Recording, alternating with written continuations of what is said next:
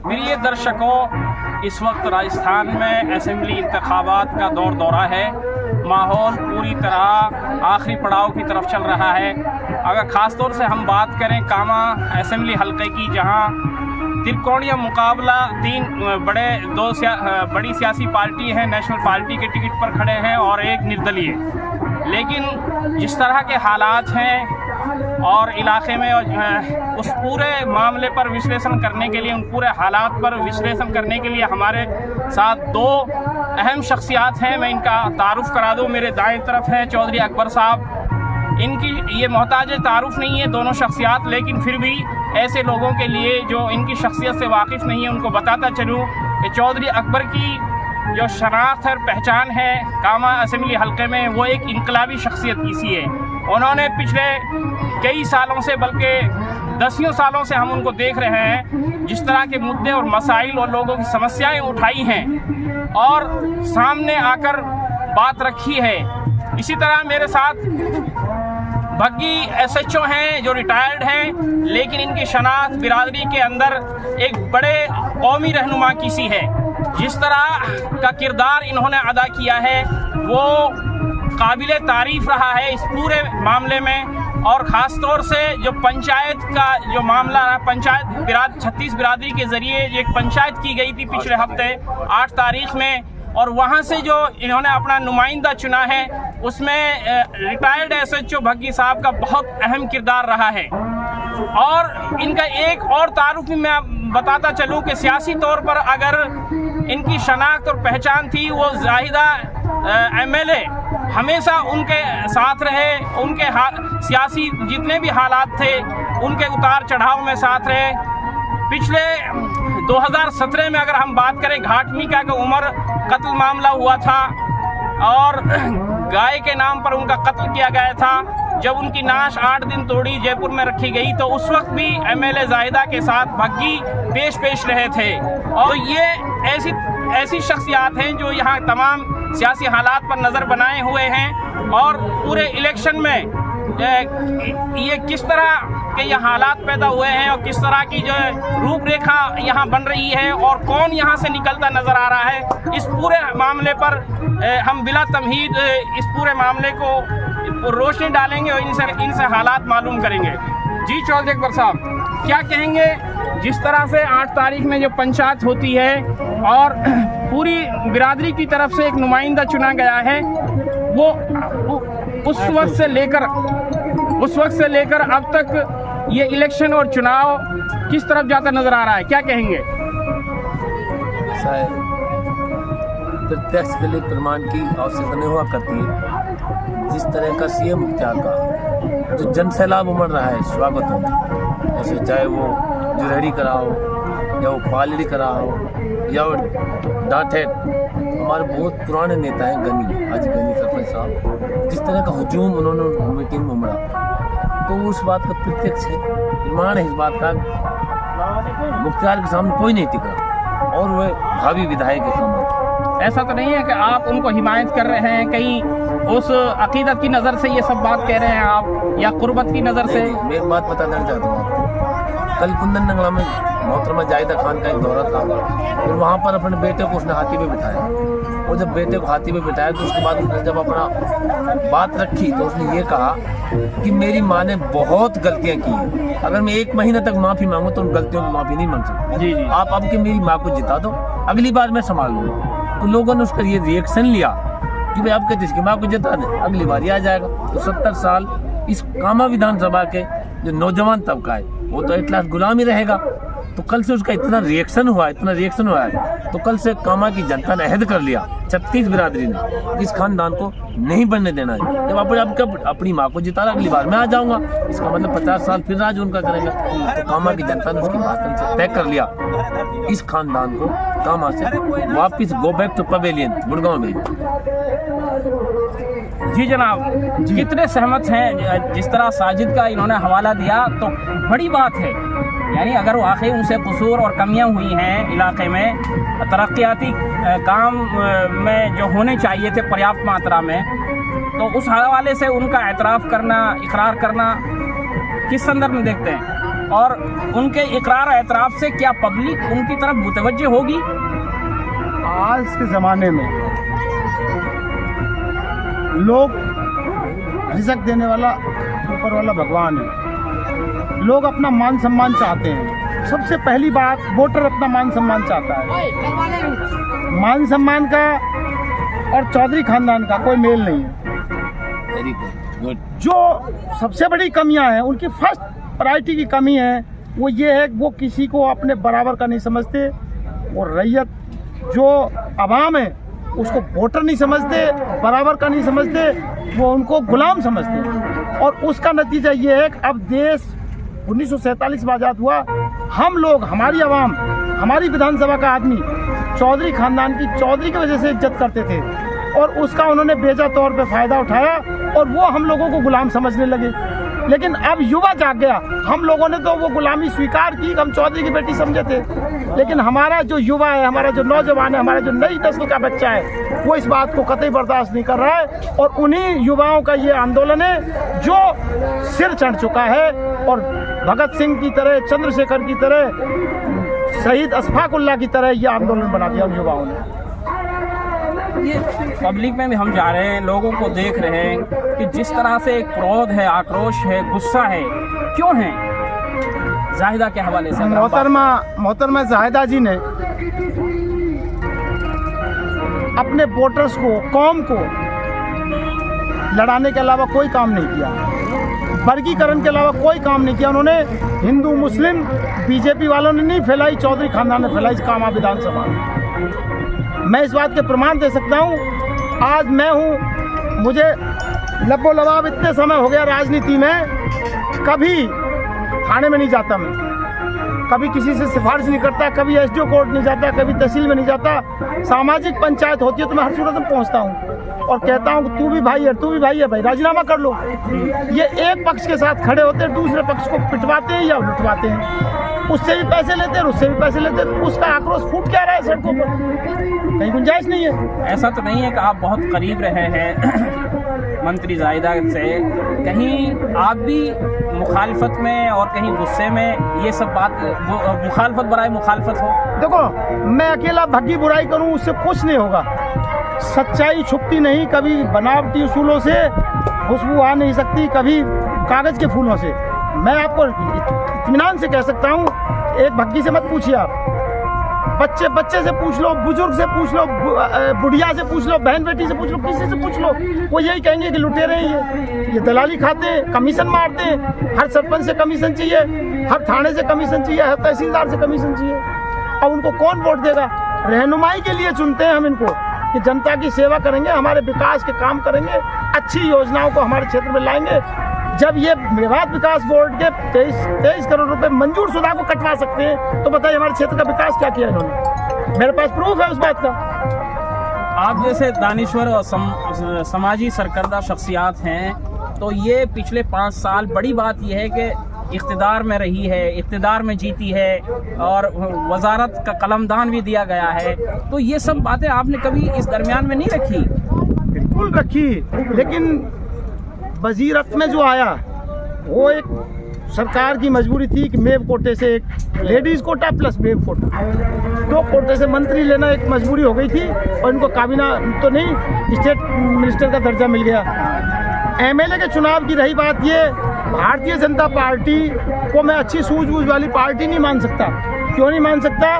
कि उनको हमेशा वो बाहरी आदमी को टिकट दिया उन्होंने। पिछली बार भी दिया तो नगर क्षेत्र का था जवाहर सिंह बेडम, और उसमें भी हमारे गोपालगढ़ हत्याकांड का आरोप था, उसमें वो मैन अभियुक्त था। उसके लिए हमारा मुसलमान भाई वोट क्यों देगा? किसी लोकल को वोट दें। और पहली प्राथमिकता तो ये है कि बीजेपी को ये समझ लेना चाहिए कि ये मेव बाहुल क्षेत्र है, 70% आबादी यहाँ मेव की है। इवन देन मेव को ही टिकट दें बीजेपी वाले, और कांग्रेस वाले मेव को टिकट दें, तब देखो हमारे हिंदुओं की भी इज्जत बढ़ेगी और इनका असलियत का भी पता चल जाएगा, कौन में कितनी भलाई है और किस में कितनी भलाई, उसको वोट मिलेगी। लेकिन बीजेपी वाले हिंदू को थोप देते हैं, उसके चक्कर में भारत की मजबूरी है, काशीराम जरूरी है। हमारे में भाई सीधे साधे, वो सोचते हैं कौम की बेटी है, इसको जिता दो। अब कौम का बेटा आ गया, ऐसा हीरो आ गया, चंद्रशेखर आजाद आ गया, अल्लाह ने चाहे तो जीत है वो। अकबर साहब, आप लोग इल्ज़ामात लगाते रहते हो कि जाहिदा हमेशा मेव कौम के साथ इस इलाके में शोषण करती है। कौन से ऐसे सबूत हैं? और आप हजरात ये भी कहते हो कि यहाँ तरक्याती कामों की तरफ भी कोई पिछले 5 सालों में कोई ध्यान नहीं दिया, जबकि उनका कहना है कि मैंने बहुत से तरक्याती काम कराए। क्या कहेंगे? सबसे पहले बात है इल्ज़ाम की बात है, वो बता देना चाहता हूँ। गडाजान पंचायत के पास 5-4 गाँव में पिछले 50-60 साल से इस परिवार को वोट दे रहे हैं। अब की बार एक लड़का है तौफीक नाम का, छोटे से परिवार से उसने चुनाव लड़ा और 12 वोटों से जाहिदा खान की सास को चुनाव हरा दिया। उसने रिक्वेस्ट करी, मैंने हम 70 साल वोट दिए, लेकिन नहीं माने, उसने हरा दिया। उसके बाद उस पर मुकदमा डाला, उसको सस्पेंड कराया 15 दिन पहले।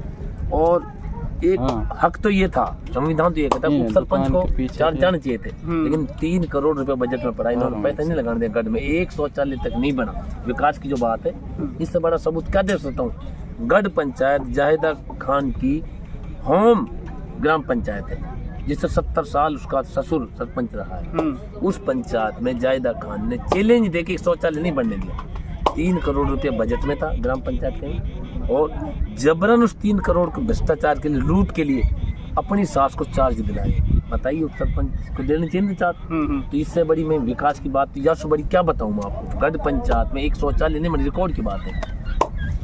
और फिर जब तानाशाही ये है कि उप सरपंच को मिलना चाहिए ना चार्ज, यदि सस्पेंड हो गया सरपंच को मिलना चाहिए, लेकिन जूते की नोक पर जबरदस्ती अपनी सास को चार्ज दिलाया। क्यों दिलाया? 3 करोड़ रुपए बजट में पड़ा, उसको खा जाएंगे पाड़ के। एक बात। दूसरी बात यह है, आरोप प्रत्यक्ष बताओ जिसका सबूत आप खुद ही मान जाओगे, सबूत नहीं मांगोगे। पंचायत समिति 2 थी, कामाम एक हिंदू भाई बनना चाहिए, और पहाड़ी में एक डैम रोतन सबसे ज्यादा वोट, उनका एक प्रधान बनना चाहिए, लेकिन जायदा ने उनको भी दबाया और उनको हिंदू भाइयों को भी दबाया। दोनों जगह एक से अपना बेटा बना दिया, एक से अपनी बेटी बना दी। काश अगर जायदा के 5 बच्चे होते तो 5 प्रधान लीग जाना पड़ता और नगर जाना पड़ता है। तो इससे बड़ा वो पीछे तो इसको लेके लोगों में नाराजगी क्या? नाराजगी, इतनी बड़ी नाराजगी आज तक पंचायत समिति में कामा में प्रधान ही नहीं देखा लोगों ने। आज तक पहाड़ी में उस बेटे को कुछ करने ही नहीं दिया। जलीस ने कुछ नहीं, तुझे क्यों फोन कर दिया, किसी तेने क्यों कर दिया, हमें पता है कबल निकालना है। यस नाराजगी, यस बड़ी कहा नाराजगी हुई। आप समझ सकते हो, जिस लड़के को सरपंच जनता ने चुना सरपंच गढ़ पंचायत से, और उसको जबरन हटवा दिया और चार्ज अपनी सास को दिला दिया जाता। इससे बड़ा अत्याचार, इससे बड़ा जुल्म क्या हो सकता है?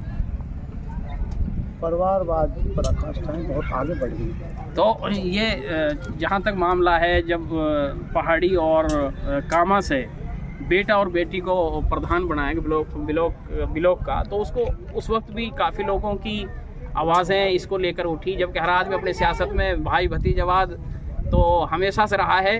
तो क्या पार्टी भी इस चीज़ को एक्सेप्ट कर रही है? क्या जनता ने भी एक्सेप्ट किया है? क्या कहेंगे? पार्टी देखो, शीर्ष नेतृत्व है ना कहीं मिसअंडरस्टैंडिंग है। और शीर्ष नेतृत्व ने, हमने जो आंदोलन किया, हम कट्टर कांग्रेसी आज भी कांग्रेस के माइंड विचारधारा के हैं और रहेंगे, लेकिन शीर्ष नेतृत्व है वो वन वे हो रहा है और वन वे का खामियाजा वो भुगत रहा है। परिवारवाद की पराकाष्ठाएं जायदा जी ने लांघ दी हैं। बेटी प्रधान, बेटा प्रधान, जलीस खां पीसीसी मेंबर, एआईसीसी मेंबर, खुद ब्लॉक मेंबर जो है डीवीसी में ये डायरेक्टर्स हैं, 3-4 भाई भतीजे बना दिए। अपने जिला कार्यकारिणी संगठन किए, उसमें अपने मेंबर बना रखे हैं। किसी कार्यकर्ता को किसी भी पद पे नहीं नवाजा गया है। तो इससे जनता में रोष है? हाँ, हर चीज जनता के आईने में है और जनता उन सब मुद्दों को लेके बैठी है। उस मुद्दों को भुनाने के लिए जनता 25 तारीख को उस आक्रोश को जाहिर कर देगी। अभी आप देख रहे हो हर गांव में आक्रोश मिल रहा है, इनको घुसने नहीं दिया जा रहा है। लेकिन कुछ ऐसे भी हैं जिन भाइयों के हो सकता है 2%, 5% लोग ऐसे भी होते हैं जिनको ओबलाइज किया या जिनको गलत काम सपोर्ट किए, तो असन बस मजबूरन बस उनका साथ दे रहे हैं। एक यहाँ जो सबसे बड़ी जो बुराई है, ठगी का जो मामला है, वो सर चढ़कर बोल रहा है और कैंसर की तरह पूरे मेवात रीजन में फैल रहा है, यहाँ तक कि हरियाणा में भी उसकी जो है जड़ें फैलती जा रही है। तो इसमें यहाँ के नुमाइंदों का और यहाँ के प्रशासन का, शासन का क्या किरदार है, क्यों लगाम नहीं है? देखो जी, कुछ अपराध ऐसे होते हैं जो सडन होते हैं, कुछ अपराध सडन होते हैं, अकस्मात होते हैं। ये प्रायोजित अपराध है, अकस्मात नहीं होता है, ये बिना किसी सह के नहीं हो सकता। क्या इनको शरण मिलती है? निश्चित, बगैर शरण के कोई इतना बड़ा गेम और इतना बड़ा स्कीम चल ही नहीं सकता, इतना बड़ा अपराध चल ही नहीं सकता, नेटवर्क। मैं आपको एक उदाहरण दूं, कपिल गर्ग थे 92 में यहाँ एसपी थे, और 92 में उन्होंने कह दिया डग्गे मार बस नहीं चलेगी, डग्गे मार चीफ नहीं चलेगी, और यदि चलेगी तो जिस थाने क्षेत्र में चलेगी उस थाने के थानेदार को मैं सस्पेंड कर दूंगा। जितने दिन कपिल गर्ग यहाँ एसपी रहे उतने दिन कोई डग्गे मार बस और जीप नहीं चली रोडों पे, और रोडवेजों की उन्होंने व्यवस्था की और व्यवस्थित रूप से ट्रैफिक चला। ये सब लोकल प्रशासन की सह पे ही चल पाता है। हमने अभी भी देख रहे हैं कि यहाँ जो डंपर हैं, जो डंपर की हाइट होती है उससे 3 फीट की जो है और मजीद बॉडी होती है, और फिर उससे 2 फीट ऊपर और जो है उसके अंदर जो है डस्ट वगैरह जा रहा है। ओवरलोड इतना ज़्यादा ओवरलोड, जबकि आपके बराबर में नूह इलाका है, आप बॉडी से नीचे ही जा सकते हैं उस इलाके में। आप सही फरमा रहे हैं, लेकिन ये ओवरलोड का नासूर है जो देश लेवल का है। ये देश लेवल का यूँ है, कभी हरियाणा में खोल देते हैं, कभी यूपी में खोल देते हैं, कभी बिहार में खोल देते हैं, कभी भरतपुर में खोल देते हैं, कभी अलवर में बंद कर देते हैं। समान कानून पूरे देश में एक टाइम लागू हो जाए तो ओवरलोड ले जाने की किसी की क्षमता नहीं होगी। कोई भी व्यक्ति ओवरलोड नहीं चलेगा जब पूरे देश में। अब यूपी में ओवरलोड खुल रहा है, टोकन सिस्टम चल रहा है। मैं इस मुद्दे पे आ जाऊँ, आपने बहुत अच्छा मुद्दा छेड़ दिया। गुंडा पर्ची बनती है हमारे यहाँ, हमारे क्षेत्र में गुंडा पर्ची बनती है। खनिज की गाड़ी जो भी निकलेगी वो 400 रुपये गुंडा पर्ची के देने पड़ेंगे। रॉयल्टी हमारे यहाँ 50 रुपये की, 49 रुपये कुछ पैसे रॉयल्टी है, लेकिन 90 रुपये टन की रॉयल्टी वसूली जा रही है, गुंडा पर्ची के नाम से वसूली जा रही है। डबल मार हो गई।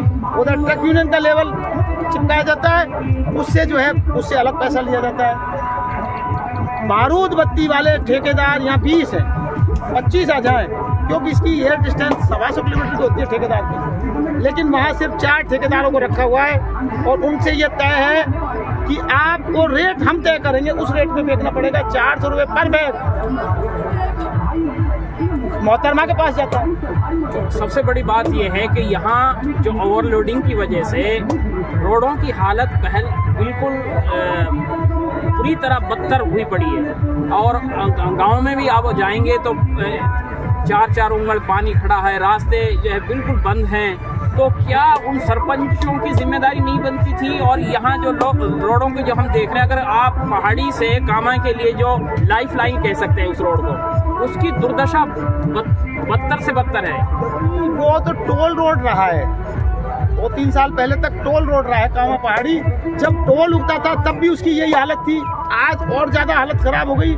लेकिन सरपंचों को ही जहाँ बात कर रहे हो आप, कोई सड़क 10 साल पुरानी हो गई, पड़ोस वाला मकान मालिक है, वो पानी सड़क पे छोड़ना पसंद करता है, वो भी लापरवाही कर रहा है। दूसरे सड़कें ओवर टाइम हो गई हैं, उनकी लाइफ पूरी डेड हो चुकी है। सवाल तो यही है कि सत्ता में कांग्रेस सरकार रही, आपका नुमाइंदा जो है इक़्तिदार में रहा, उनको दर्जा प्राप्त मंत्री पद दिया गया। मंत्री जी ने सरपंचों को कोई काम दिया ही नहीं, दिया हो तो बताए ना कहाँ दिया है, कहीं काम दिया ही नहीं। पहाड़ी आप देखिए, पड़ोस के जितने भी विधानसभा क्षेत्र उनमें देखिए 4-4, 5-5 नगर पालिकाएं बनवाई गई हैं। दीपचंद खेरिया ने अपने विधानसभा क्षेत्र को ही जिला बनवा दिया। जी जी जी, बनवाया, बिल्कुल। 4 नगर पालिकाएं बनवा दी उन्होंने अपने क्षेत्र में, 4 नगर पालिकाएं। प्लस हमारे यहाँ पहाड़ी डिजर्व करती थी नगर पालिका की, जुरेरा डिजर्व करती थी नगर पालिका की, लेकिन वो नगर पालिका बनवाते हैं तो नगर पालिका के चेयरमैन का कुछ कद बड़ा हो जाता है, बड़ा हो जाता, वो एमएलए का टिकट मांगता है, तो इनको वो बात नागवार गुजरती है, बराबर का चाहते नहीं किसी को। वही बात आ जाती है कि बराबर चाहते ही नहीं, किसी को देखना ही नहीं चाहते। कोई आदमी एक चेयरमैन बनता है तो वो अगली बार असेंबली टिकट मांगता है, इसलिए उन्होंने नगर पालिका नहीं बनवाई। मुंसिफ कोर्ट की सबसे बड़ा क्रिमिनल ऑफेंस, क्रिमिनल एरिया जो है क्राइम रजिस्ट्रेशन है हमारे पहाड़ी थाने का और गोपालगढ़ थाने का, लेकिन मुंसिफ कोर्ट नहीं खुलवाई। क्यों नहीं खुलवाई वो ही जाने, क्योंकि विकास हो जाएगा, लोग विकास हो जाएगा, वकील ज़्यादा हो जाएंगे तो हमारे कान पकड़ेंगे, इसलिए वो नहीं चाहते कि विकास हो। अकबर साहब, अगर हम बात करें कि अवामी सतह पर भाई कैंडिडेट भी मेव है और मतदाता भी मेव है, लेकिन ये गुस्सा और आक्रोश किस बुनियाद पे है सही मायने में? आप किस नतीजे पहुँच रहे हैं? आप जितने नज़दीकी से बताइए, सबसे नज़दीक आदमी है क्योंकि कामा विधानसभा जाते। अब उनके यहाँ लोग वोटर नहीं है, गुलाम रखते हैं। तैयब खानदान की इस बात से कोई सरोकार नहीं है, वो उनका बराबरी का आदमी के साथ रहे। तो ये आप 10 वर्ष सबूत खा दो, आप किसी को बर्दाश्त नहीं। अगर किसी ने बढ़िया कपड़ा पहन वो नहीं बचता उनको। भाई साहब, मैं आपको निवेदन करूँ, ऊपर वाले के रहमो करम से 2 रोटी में ठीक ठाक खा रहा हूँ। व्यापारी भी हूँ, ये उद्योगपति, व्यापारी भी हूँ, जमींदार भी हूँ, किसान का बेटा भी हूँ, मेहनत भी करता हूँ। आप भी मिलते हो, अक्सर मिलते रहते हो। मैं आपसे एक बात पूछूं, मुझे एक गरीब से गरीब आदमी मिल जाए, मैं उसके घर रोटी खा जाता हूँ, लावे मांग कर रोटी खा लेता हूँ। ये अब शादी ब्याह में भी जाते तो बताओ क्या दावत बनेगी, उसका मेनू पूछते हैं। मैं आज सुबह घर से चला, दलिया खा के चला हूँ। मैं यहाँ से गया, एक बाइक पे बैठा और फौजी के घर गया, मम्मी की भाई जो रोटी है ना वही ला दो। मैं ऊपर वाले कसम कर रहा हूँ, पूछ लेना, वहाँ चटनी और रोटी मिली, छाछ भी का है। मैं 2 रोटी खा गया, बड़े मजे से खा गया, मेरा घर है। ये तो ये तय करते हैं कि हमको माला क्या पहनाओगे, हमको दावत क्या खिलाओगे, और फिर टिफिन और लामे संग। अब बताइए, आक्रोश की। फिर बेटी का शादी हो, उसमें 100 रुपये कन्यादान देना। तुम तो हमारे 20,000 खर्च करवा दी, और 100 रुपये। मैं हर शादी में जाता हूँ, मेरी हैसियत के अनुसार मैं 100-200 रुपये दे देता हूँ, लेकिन मैं सादा रोटी खा के आता हूँ। हर मेव की शादी में जाता हूँ, लबो लबाब। कोई इलाके में ऐसा आदमी नहीं जिसका कार्ड मुझे नहीं आता। तो ये थोड़ी तय करता हूँ मुझे दाल बाटी चूरमा बनाओ, आप क्या मुझे खीर बनवाओ, नहीं, जो मिल जाएगा वो खा ले। तो ये सब बातें ऐसी है, इनका जो तानाशाही पूर्ण रवैया है, जो अपने आप को शहंशाह समझे बैठे थे, और शहंशाह भी वो कहना चाहिए जो है फ्राउन बादशाह की उपाधि दे सकता हूँ,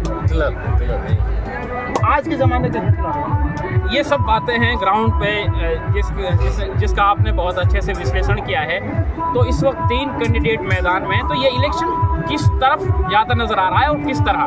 देखो जी, ये इन्होंने भ्रांतियाँ बहुत फैला रखी हैं और फैलाएंगे, लेकिन ये टूट चुके हैं। आप पूरे हालात, आप हमारे पास भी आ रहे हो, आप ज़्यादा कैंपेनिंग में भी जा रहे हो, आप नौक्षम बिटिया को भी देख रहे हो।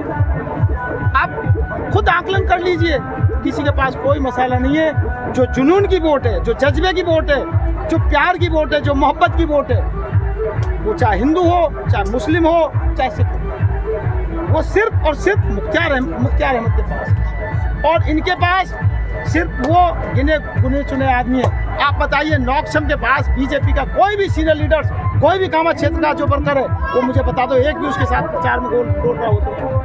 हरियाणा वाले घूम रहे हैं ओनली। नौक्षम के पास क्या मसाला दिख रहा है? प्लस जायदा जी को, जिनको गाँवों में नहीं घुसने दे रहे लोग, मिनिस्टर रही है, उसकी बहुत आबरू होनी चाहिए थी, उनको तो प्रचार में जाने की जरूरत नहीं होनी चाहिए थी। मैं इवन देन ये बताऊं, जो यूनुस खान जी ने पार्टी छोड़ दी और वो निर्दलीय लड़ रहे हैं, मैं दावा रखता हूँ निर्दलीय चुनाव जीतेंगे।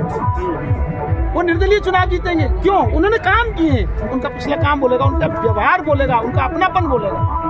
इनमें अपनापन नहीं है, इनमें कोई काम नहीं है, इनका कोई व्यवहार नहीं है। ये सब चीज़ें होती तो इनको चुनाव की जाने की जरूरत नहीं थी, और ये दूसरे इलाके में दूसरे MLAs के लिए प्रचार को जाती है। इतना बड़ा नाम यदि इनका होता, इतने बड़े लक्षण होते, तो ये तो यासीन खान की पोती थी, इसको तो इंडिया लेवल पर आज सचिन पायलट से ऊपर होना चाहिए था।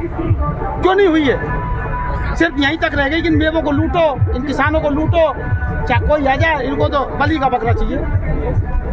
चौधरी अकबर साहब, अगर हम बात करें आज़ाद और निर्दलीय उम्मीदवार CM मुख्तार साहब की, तो लोगों की जो जन भावना है उनके साथ चारों तरफ से, आपका दावा है कि चारों तरफ से वोट आ रही है, तो किस बुनियाद पर आ रही, लोग उनको क्यों पसंद करें, और कौन सी ऐसी उसके अंदर सिफात हैं, और उनके किन मुद्दों को लेकर वो जा रहे हैं, और लोग क्या देख रहे हैं मुस्तकबिल में? क्या कहेंगे? देखिए मुस्तफा एक शीर मुख्तार एक पढ़ा लिखा लड़का है, युवा है और नौजवान है और साफ छवि का बच्चा है। दूसरी बात ये आवाम में जिस तरह का अत्याचार है, थाने में किसी के आवाज़ की सुनता तो उसके खिलाफ मुकदमा दर्ज करा देगा, OLX के नाम पर किसी ने किसी पकड़ लिया, पहले थानेदार से कह के 5 लाख रुपये लेवाना, बाद में उसको फिर बाहर की पुलिस को दे देना।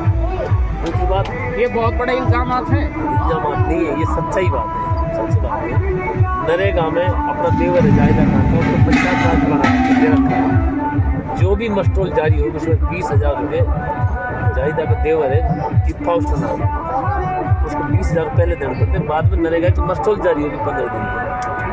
एक बार थाने पे वो थानेदार आएगा जो 10 लाख रुपये पेमेंट करेगा, उसके बाद प्लस जो लूट करेगा उसमें से उसको 50 होगा। एक DSP था यहाँ प्रदीप यादव, 3 साल रहा और ये कहता था कि मैं तो पैसे कमाने के लिए आया, मैंने चैलेंज मुझे क्या करना है इसको। और जमशेद के फ़ोन से वो बात, जमशेद का फ़ोन मानता था, ना हनीफ का ना जलील किसी का नहीं।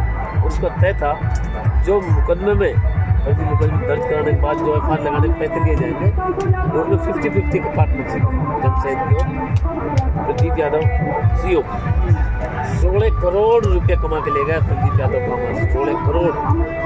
3 साल उसको ट्रांसफर नहीं होने दिया। अभी चुनाव आयोग के आदेश से चुनाव आयोग को जो मामला था उसके हिसाब से हो गया, वरना नहीं जाता। आप ये देखिए, आप एक अहम बात यह है कि खनन का मामला चल रहा है, यहाँ से बड़े पैमाने पर डंपर यहाँ से गुजर रहे हैं, उनके लिए उन गाँवों की तरक्की के लिए मुस्तकिल उसका एक बजट होता है, वो कहीं नज़र नहीं आ रहा। DMFC district mines welfare fund होता है, उसका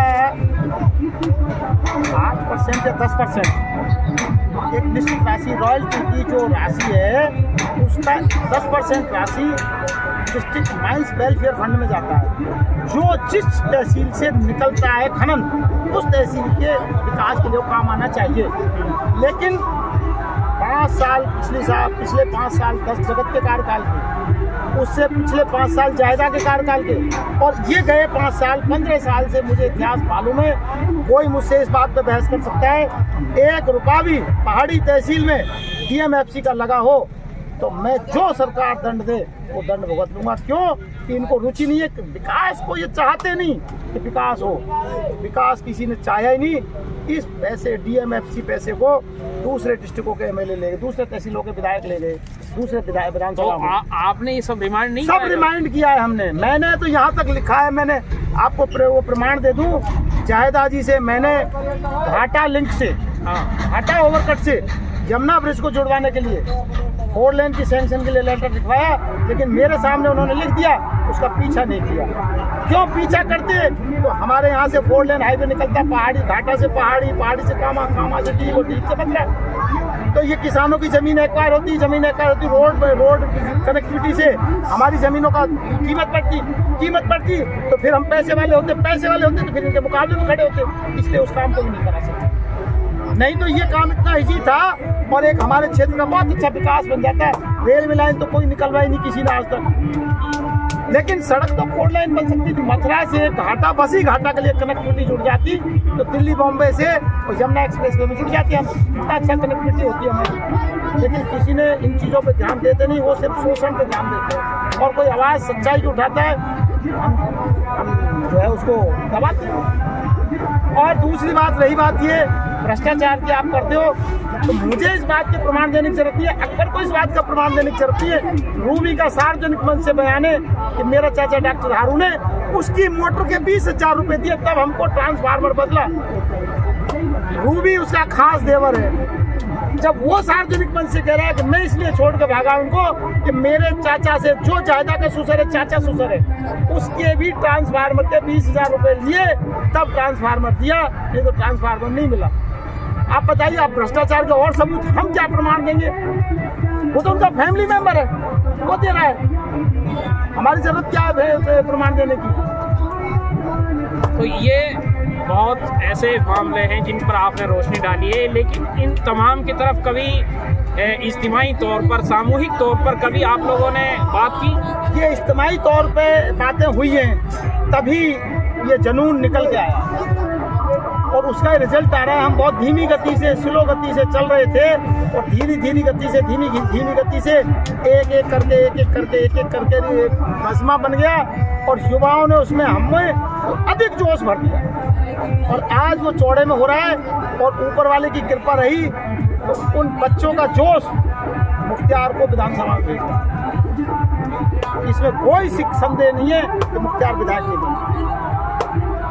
आप बड़े तजुर्बाकार हैं, सियासी तौर पर भी, समाजी तौर पर भी, और वैसे भी बिरादरियों के मसाइल में आप हाजिर रहते हैं। तो जिस तरह का इलेक्शन चल रहा है, कि आपको लगता है कि सिर्फ उस रफ्तार से एक आज़ाद उम्मीदवार का निकलना बड़ी चुनौती होती है? देखो जी, अब तक ये भ्रांतियाँ थी, लेकिन हमने रिकॉर्ड उठा के दिया है। तैयब हुसैन को हराया था, तब सिंगल मदन मोहन निर्दलीय था, तब निर्दलीय जीते मदन मोहन जी।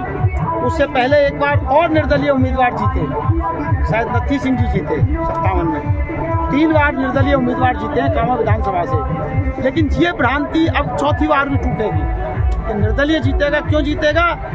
जायदा के पास कोई मसाला नहीं है, बीजेपी के पास बिल्कुल मसाला नहीं है। जो वोट है, जुनून की वोट है, इज्जत की वोट है, शर्म की वोट है, वो सब मुख्तियार के पास है और सभी वर्गों में है, सभी धर्मों में है।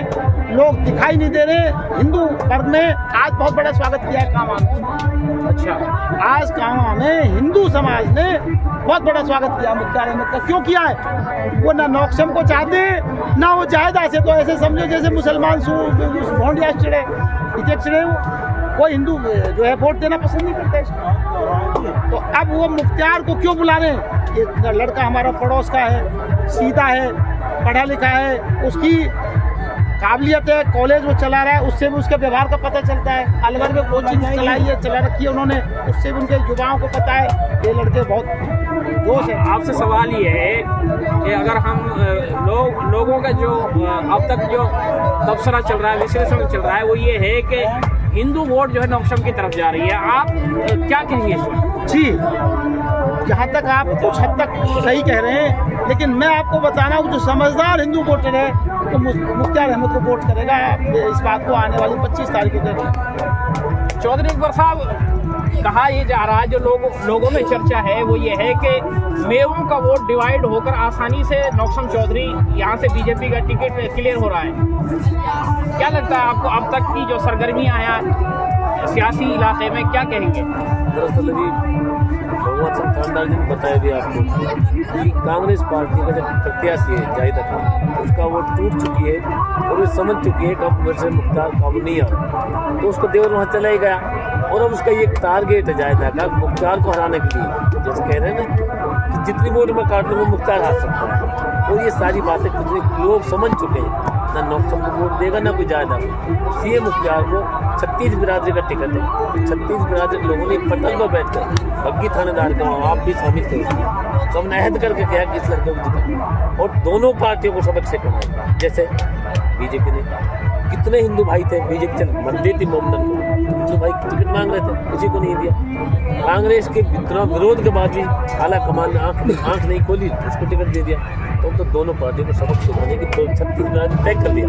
कामा का प्रत्याशी थी, लोग करते ही। इसलिए ये सारी भ्रांतियाँ हैं। ये मुख्तियार को कोई किसी को 36 बिरादरी कोई शख्स नहीं। सोचो साहब, यही सवाल आपसे है, क्या लग रहा है आपको कि बेओं की वोट अगर डिवाइड होती है, लोगों की जो चर्चाएं उरूज पर हैं इस वक्त, वो यही है कि भाई इधर कांग्रेस का टिकट है जायदा पे, टिकट खुद जो है वोट उठाता है, फिर मंत्री रही हैं, एमएलए रही हैं, 2 बार की एमएलए हैं, बड़े बाप की बेटी है, जाहिर सी बात है कि वोट उठा रही है। और आप कह रहे हो कि मुख्तियार की तरफ जो है काफ़ी लोगों का रुझान बन चुका है, चारों तरफ से वोट उठा रहे हैं। तो ये जो आप लोगों की जो बातें हैं, कहीं ऐसा नहीं है इन दोनों में मेवों की टिकट तकसीम होकर आसानी से बीजेपी का टिकट निकलता नजर नहीं आ रहा? देखो जी, आपके प्रश्न का जवाब मैं कुछ थोड़ी देर बाद में दूंगा, लेकिन कुछ वजूहात मैं आपको और बता दूं। कामा के इन हालात को बनाने में भारतीय जनता पार्टी की सबसे बड़ी सरपरस्ती रही। क्यों रही? वो हमेशा बीजेपी वाले, जो यहाँ के बीजेपी के जो सीनियर लीडर्स बनते हैं, इवन देन में नाम लेने में कोई संकोच नहीं करूँगा, बड़े भाई है रविंदर जैन, उनका सबसे बड़ा योगदान है। तो चौधरी खानदान से उनकी दोस्ती रही है। आज तक जो कहीं नौकसन के प्रचार में किसी ने देखा हो तो मुझे बताओ। एक बात। दूसरी बात, उन्होंने बाई ओवर देते हैं वो हमेशा। प्रधान के इलेक्शन जो चाहता कि बेटा और बेटी का हुआ, कहीं बीजेपी ने कोई, आपने देखा किसी ने कोई पर्चा भरा? नहीं भरा। क्यों नहीं भरा? बाई ओवर देते और वो उनका एक सिस्टम है। तो बीजेपी वालों ने कामा विधानसभा क्षेत्र को मरने के लिए, लूटने के लिए और पिटने के लिए छोड़ दिया। इवन देन रॉयल्टी से कुछ बीजेपी के लीडर्स के पास मंथली भी गई है, 5 साल तक लगातार गई है। अच्छा, एक बात, इन वजूहात को देखिए आप। दूसरी बात, आपके प्रश्न पे आ जाता हूँ।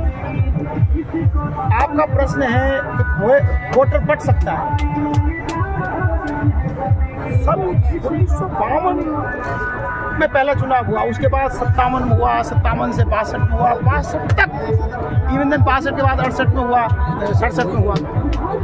तब तक लोग भाई पूछते थे क्या चिन्ह है भाई, कैसे मोहर लगेगी, क्या नहीं लगेगा। आज छोटा बच्चा जो गोदी में होता है ना, उसको फ़ोन दे देते हैं तो एंड्रॉइड फ़ोन को वो बच्चा नचा देता है। जो गोदी का बच्चा होता है वो खेलता जब है जब उसमें गेम लगा लेता है।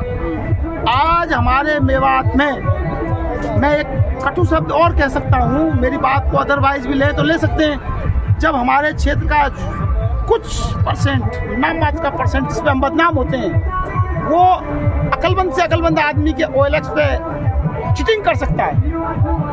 वोट देना है और ये समझते हैं कि हमारी रहनुमाई हमारे हाथों में रहनी चाहिए। तो वो मैं इस बात पे मुतमईन हूँ कि हमारा वोटर डिवाइड नहीं होगा और मुख्तियार पर रहेगा। सिर्फ और सिर्फ मुख्तियार की भलाई पे, मुख्तियार के मतलब शकल पे, मुख्तियार की ईमानदारी पे और मुख्तियार के काबिलियत पे वो वोट देगा, निश्चित रूप से देगा। और हिंदू भाई भी हमारे साथ वोट देंगे और अधिक तादाद में देंगे। तो नाज़रीन, ये थी कामा की 2 अहम शख्सियात जिनसे हम यहाँ के सियासी हालात पर और इलाकाई तौर पर तबसरा कर रहे थे, विश्लेषण कर रहे थे और यहाँ के हालात को हम समझ रहे थे।